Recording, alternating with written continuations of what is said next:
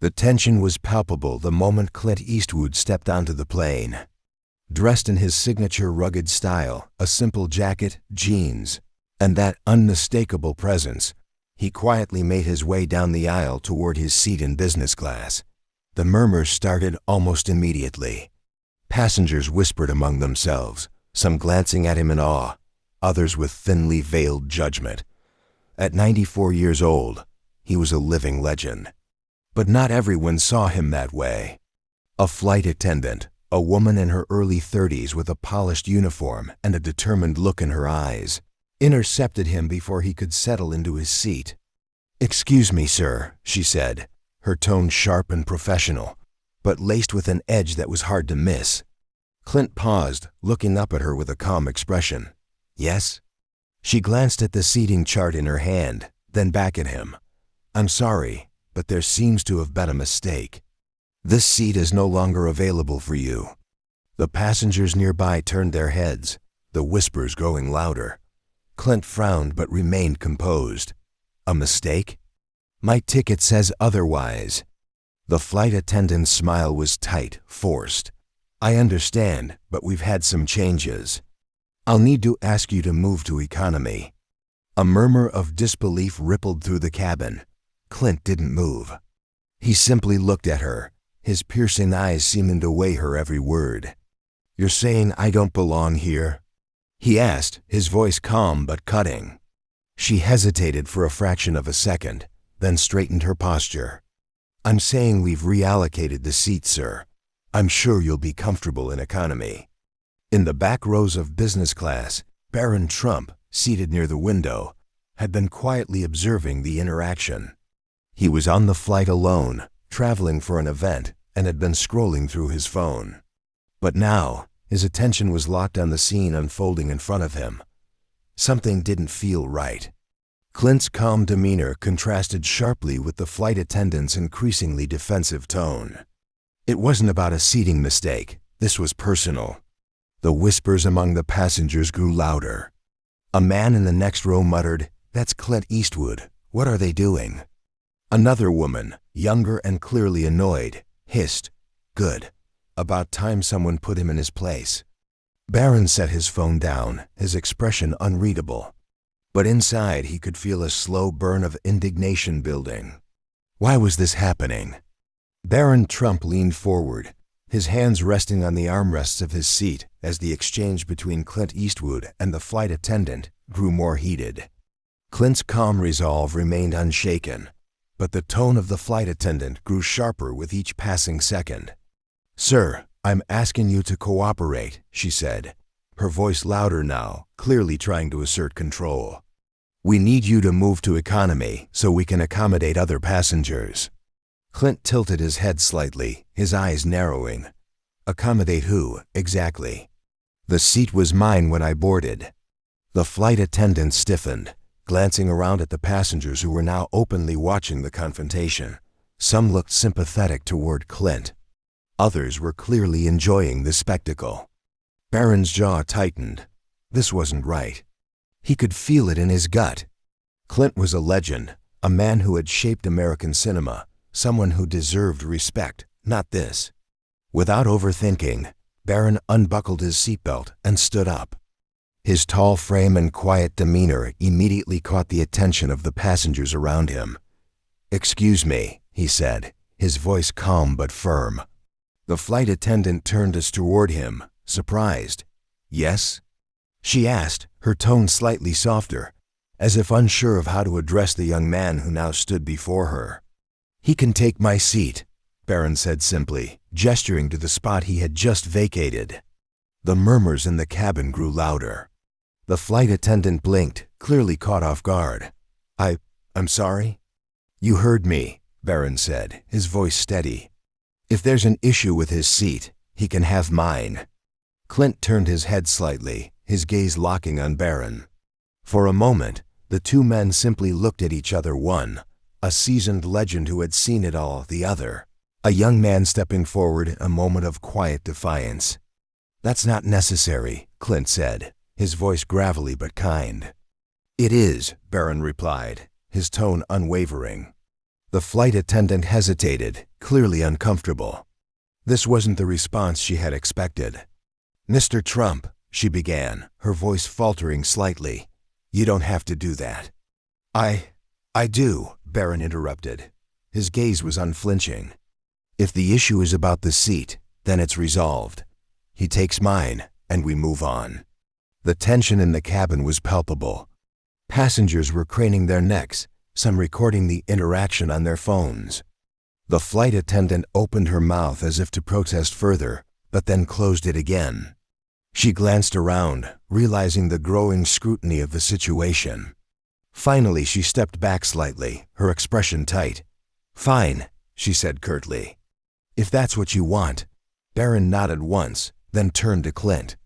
"It's yours," he said simply. Clint studied him for a long moment, his expression unreadable. Then slowly he extended his hand. "Thank you," he said, his voice heavy with sincerity. Barron shook his hand, a small respectful nod passing between them. Dozens of messages, missed calls, links. His name was everywhere. The video had gone viral. Somewhere between takeoff and landing, the footage of him giving up his seat had spread like wildfire. Social media was ablaze with the moment, the quiet, unexpected gesture of respect from a young man to an aging legend. Barron scrolled through the headlines flooding his screen. Barron Trump gives up his seat for Clint Eastwood, a lesson in respect. Clint Eastwood denied his seat? Barron Trump's powerful response goes viral. Uncle Eastwood. Barron Trump shocks everyone on flight. His unbelievable gesture for Clint Eastwood. The reaction was overwhelming. People were debating, analyzing, praising. Some focused on Clint, arguing whether the flight attendant had been out of line. Others focused on Barron, comparing him to his father, calling his act one of quiet dignity. Barron sighed, locking his phone. He hadn't done it for attention. He hadn't even thought about the cameras. But somehow, people always found a way to turn the smallest moment into a spectacle. As he walked through the terminal, a familiar voice called out behind him, "Kid." Barron turned to see Clint Eastwood approaching, his pace slower than it once was, but his presence just as commanding. His sharp eyes studied Barron for a moment before he gave a small nod of approval. "Thanks again," Clint said, his voice carrying that same gravelly tone that had made him a legend. Barron met his gaze, shaking his hand firmly. "You deserved better." Clint chuckled, shaking his head. "So did you." For a moment, there was nothing but mutual respect passing between them, two men from different generations, bound by a simple act of decency in a world that seemed to have forgotten its value. Then, without another word, they went their separate ways, disappearing into the tide of travelers, leaving behind a moment the world wouldn't forget. Barron walked through the terminal, keeping his head down as his phone continued to buzz in his pocket. The notifications hadn't stopped. People had taken what happened on that flight and turned it into something bigger than he had ever expected. Somewhere between security and baggage claim, he noticed the looks. People recognized him. Not just because of his last name, he was used to that. But this was different. A man in a suit passed by, nodding in acknowledgement. "Respect, young man," he murmured before walking off. A woman holding a coffee near a waiting area smiled at him. "Saw what you did," she said softly. "That was real class." Barron gave a polite nod, but inside, he felt uneasy. He hadn't done it for recognition. He hadn't done it for headlines. He had just seen something unfair and stepped in. But now, the whole country was watching. He finally reached his driver, who was waiting near the exit. As soon as he slid into the black SUV, he pulled out his phone again. The video had millions of views already. People were debating, arguing, discussing. Some were praising him, others were twisting the situation into something political. Barron Trump stands up for a Hollywood legend. Where are the real men today? Why was Clint Eastwood treated this way? Hollywood hypocrisy exposed. The Trump family always finds a way to stay in the spotlight. Barron sighed, locking his phone. He had expected some reaction, but this was turning into something much bigger than he had intended. As the car pulled away from the airport, he stared out the window, watching the city blur past. Maybe he had done the right thing. Maybe it didn't matter what people said. And maybe, just maybe, this was the kind of moment the world needed to see. Barron leaned back against the seat, letting out a slow breath as the car moved through the busy streets. The world outside felt distant, almost unreal compared to the chaos unfolding on his phone. He had barely processed what happened, yet it seemed like the entire country had already formed an opinion about it. The SUV turned a corner, the city lights casting a soft glow inside the car. His phone buzzed again. This time, it wasn't just notifications, it was a call. His mother. He hesitated for a second before answering. "Hey, Mom." Melania's voice was calm, but he could hear the concern beneath it. "I just saw the news. Are you okay?" Barron rubbed his temple. "Yeah, I didn't expect all this." She sighed. "You never do, but people always watch. Always twist things. You did the right thing, Barron." He knew that deep down. He hadn't planned for this to become a political firestorm. He had just seen an injustice and reacted. But in a world where everything was a statement, even the simplest act of decency could turn into a battlefield. "Your father saw it too," Melanian added after a pause. Barron blinked. "And?" She chuckled softly. "He's proud." Said it reminded him of something he would have done. Barron smirked slightly, shaking his head. "Not everything has to be a fight, Mom. Sometimes it is, whether you want it or not," she said knowingly. "Rest when you get home." This isn't over. She was right. Even as the call ended, the headlines kept coming. The debate was already raging on news stations, Twitter, and every conservative and liberal podcast imaginable.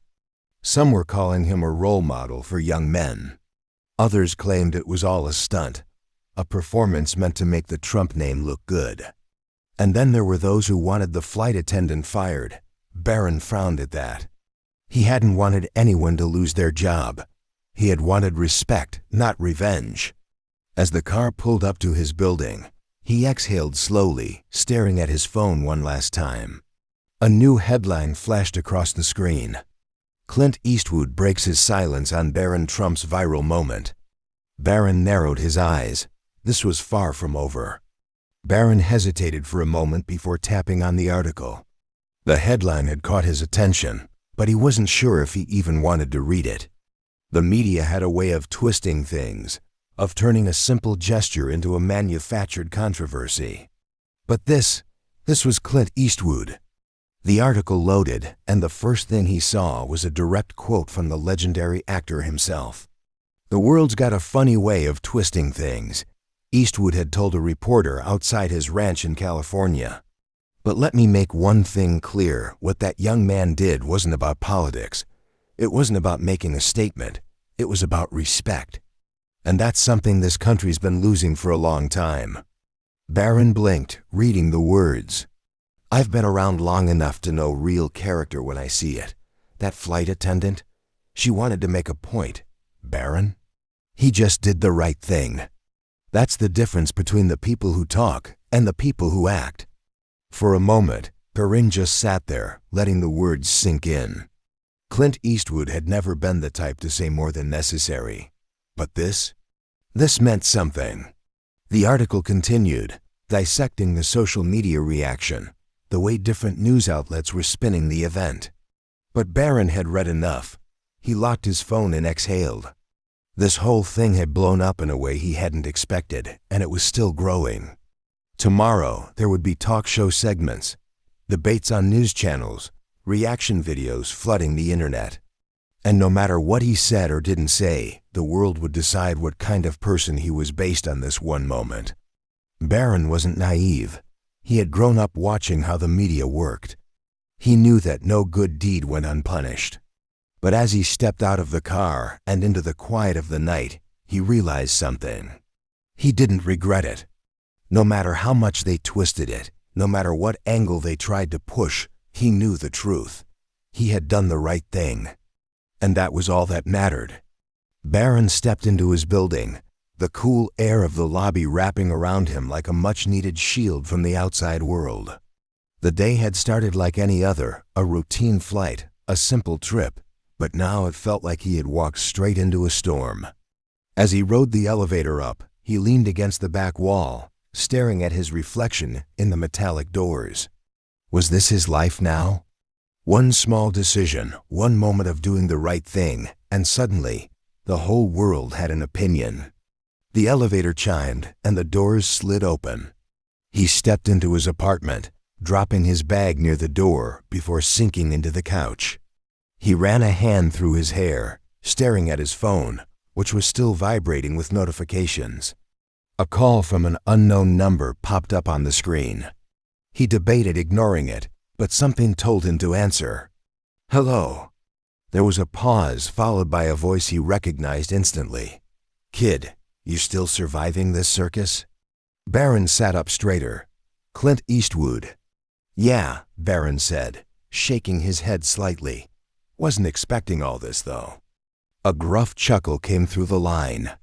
"That's the thing about standing up for something. It makes people uncomfortable. Makes him talk. And these days, everybody's got something to say." Barron sighed. "I didn't do it for attention. I just didn't like how they were treating you. I know that." "And that's why it matters," Clint replied. "The world's full of people who'll talk big about what's right, but when the time comes to actually do something, most of them stay in their seats." Barron leaned forward, listening. "You didn't," Clint continued, "and you didn't make a show out of it either. That's what real men do. They act, not for cameras, not for headlines, but because it's right." Barron let out a breath he didn't realize he had been holding. "Thanks." "Nah, kid, thank you." There was a pause, and then Clint's voice lowered slightly. "You remind me of how this country used to be, before people started apologizing for having a backbone." The words hit him harder than he expected. "I didn't think it was that big of a deal," Barron admitted. "Maybe not to you, but look around. Doing the right thing these days, it's rare. And when something's rare, people notice." Barron was silent for a moment, letting that sink in. He had never cared much for politics, for media spin, for the endless noise that surrounded his family. But this wasn't about that. This was about something bigger. "So what now?" he finally asked. "Now?" Clint repeated. "You go on living your life. People are gonna talk, but let 'em. At the end of the day, you're the one who has to look in the mirror and like the man staring back at you." Barron thought about that.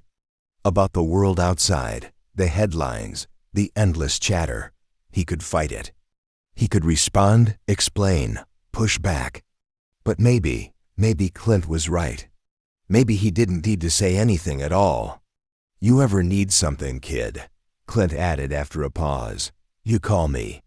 World could use more young men like you." Barron smirked slightly. "I'll hold you to that." "You do that," Clint chuckled, and with that, the call ended. Barron sat there for a moment, staring at his phone. The notifications were still coming in. The world was still debating, still arguing, still spinning its own version of what had happened.